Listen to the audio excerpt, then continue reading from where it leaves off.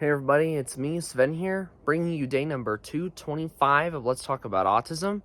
Before I get started, I'd love you to hit the like and subscribe buttons down below the video. It would help me out a lot. So yeah, today is another video of the Autistic Detransitioners. It's a series within a series where I talk about detransitioners who are confirmed or at least believe they're on the spectrum. So today I'll be talking about Ritchie Herron, who's from the UK. So Ritchie was born, I don't know when exactly, but he's like in his 30s today, so probably in the 80s or 90s. But he grew up with stereotypically masculine behaviors, but did have attractions to feminine role play and feminine dress up even, and other, stereotypically feminine things.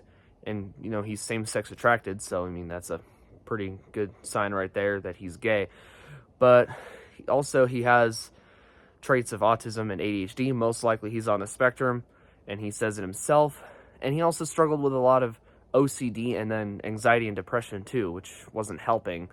So in his mid-20s, he had a really terrible episode of, like a terrible mental health episode where he was just really struggling a lot. And then suddenly he was, or maybe not suddenly, I don't know, but Ritchie would know more than me. But trans was presented to him sometime in his 20s as the solution to why he was struggling, as the reason to why he was struggling. And so he was fast-tracked onto this path, and before long he was put on a testosterone blocker, which prevented his male hormones from, I guess, maintaining themselves, and he was put on estrogen for multiple years.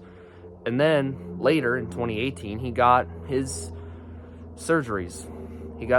The details of which that were never provided to him. He tried to get the details of them, and they never gave it to him. Probably because they want to cover him up after you get the surgeries. So he got the surgeries, and of course, before too long, he regretted it. I'm noticing a pattern here where they regret it pretty quickly.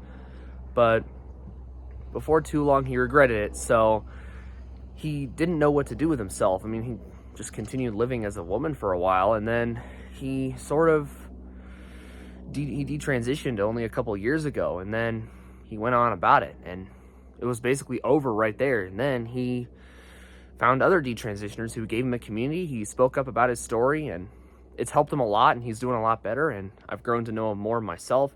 He's a great guy, and, I wish the best for him. And Ritchie, if you're watching this, you're in my prayers. I pray for all my peers, and I just wish the best for you. And, you'd know more than me about your story, so do check him out wherever he is. You can probably just look him up somewhere.